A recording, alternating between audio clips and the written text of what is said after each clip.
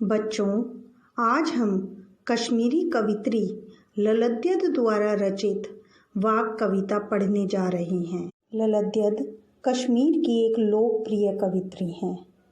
उनके जीवन के बारे में कोई प्रामाणिक जानकारी नहीं मिलती। उनका जन्म सन 1320 ईस्वी के आसपास श्रीनगर के पास स्थित पांपोर जिले के एक गांव में हुआ था। उन्हें लल्लेश्वरी, लल्ला, ललयोगेश्वरी, ललारिफा आदि नामों से भी जाना जाता है। कहा जाता है कि उनकी मृत्यु 1391 ईस्वी के आसपास हुई थी। ललद्यद का काव्य अन्य संत कवियों की भांति भक्तिपूर्ण है। जिस तरह हिंदी में कबीर के दोहे, मीरा के पद, तुलसी की चौपाइयाँ और रसखान के सवैये प्रसिद्ध हैं, उसी तरह ललद्यद के वाक भी प्रसिद्ध हैं। अपने वाकों के जरिए उन्होंने जाति और धर्म की संकीर्णताओं से ऊपर उठकर भक्ति के ऐसे रास्ते पर चलने पर जोर दिया जिसका जुड़ाव जीवन से हो। उन्होंने धार्मिक आडंबरों का विरोध किया और प्रेम को सबसे बड़ा मूल्य बताया। बच्चों, ललद्यद अपने वाकों के लिए बहुत प्रसिद्ध हैं। वाक उनकी लोकप्रिय शैली है। उन्होंने अपनी रचनाओं में तत्कालीन पंडिताऊ भाषा, संस्कृत और दरबार के बोझ से दबी फारसी के स्थान पर जनता की सरल भाषा का प्रयोग किया। यही कारण है कि ललद्यद की रचनाएं सैकड़ों सालों से कश्मीरी जनता की यादों में और वाणी में आज भी जीवित है। वे आधुनिक कश्मीरी भाषा का स्तंभ मानी जाती हैं। रस्सी कच्चे धागे की खींच रही मैं नाव, जाने कब सुन मेरी पुकार, करे देव भव सागर पार। कवित्री ललद्यद कहती हैं कि मेरी सांसें कच्चे धागे के समान हैं। यह जीवन कच्चे धागे की रस्सी से बना हुआ है और मैं सांसों रूपी कच्चे धागे से अपनी जीवन रूपी नाव को खे रही हूँ, यानी अपना जीवन बिता रही हूँ। जाने कब सुन मेरी पुकार, न जाने प्रभु मेरी पुकार कब सुनेंगे। करे देव भव सागर पार, और मुझे इस संसार रूपी सागर से पार करवाएंगे। अर्थात कवित्री अपने आराध्य देव से पुकार कर कहती है कि मेरी जीवन रूपी नाव को इस संसार रूपी सागर से पार करवा दो। पानी टपके कच्चे सकोरे, व्यर्थ प्रयास हो रहे मेरे। आगे कवित्री कहती है, जिस प्रकार कच्चे सकोरे होता है मिट्टी का बर्तन, अगर मिट्टी कच्ची रह जाती है तो पानी टपकता रहता है। घड़े को पकाकर, मिट्टी को पकाकर घड़ा बनाया जाता है। जिस प्रकार कच्चे मिट्टी के बर्तन से पानी टपकता रहता है, उसी प्रकार मेरी सांसें मेरा साथ छोड़ रही हैं।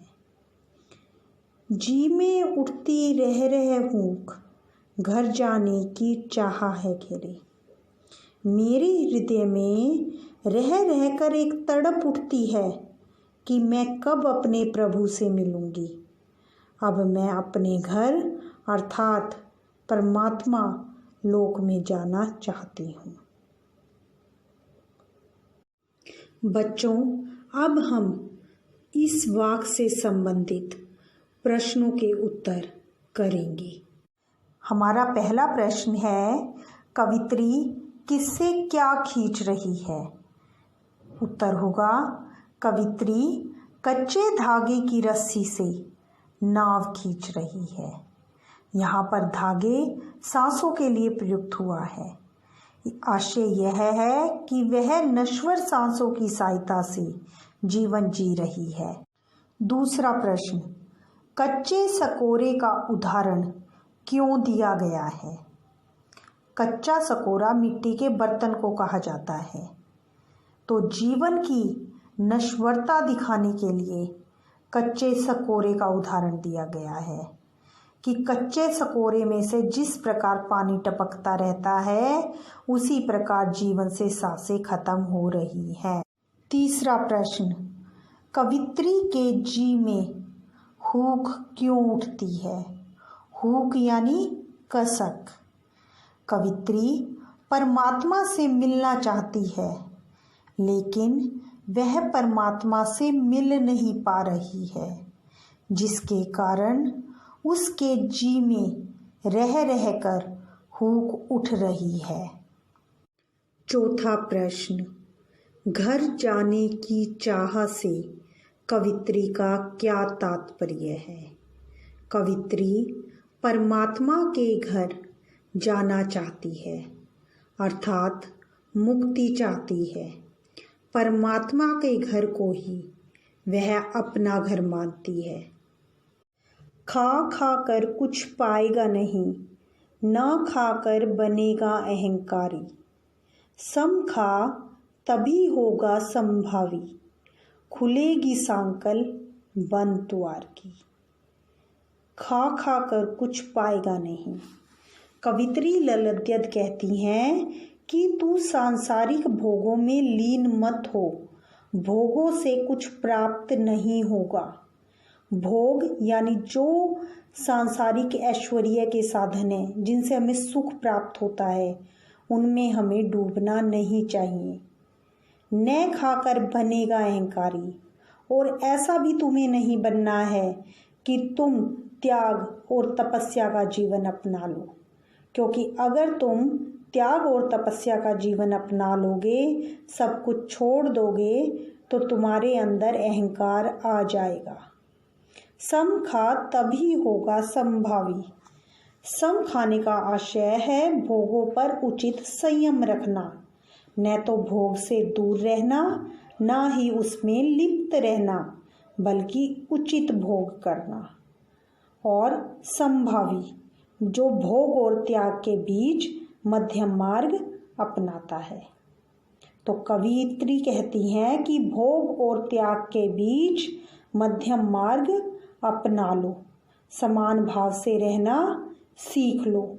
यदि तुम दोनों में समानता संतुलन बना लोगे, तो जो प्रभु भव प्राप्ति के बंद द्वार पड़े हुए हैं वे तुम्हारे लिए खुल जाएंगे, अर्थात तुम्हारा प्रभु से मिलन हो जाएगा। तुम्हें भोग और त्याग के बीच संतुलन बनाना होगा, अहंकारी नहीं बनना होगा, भोगों में लिप्त नहीं रहना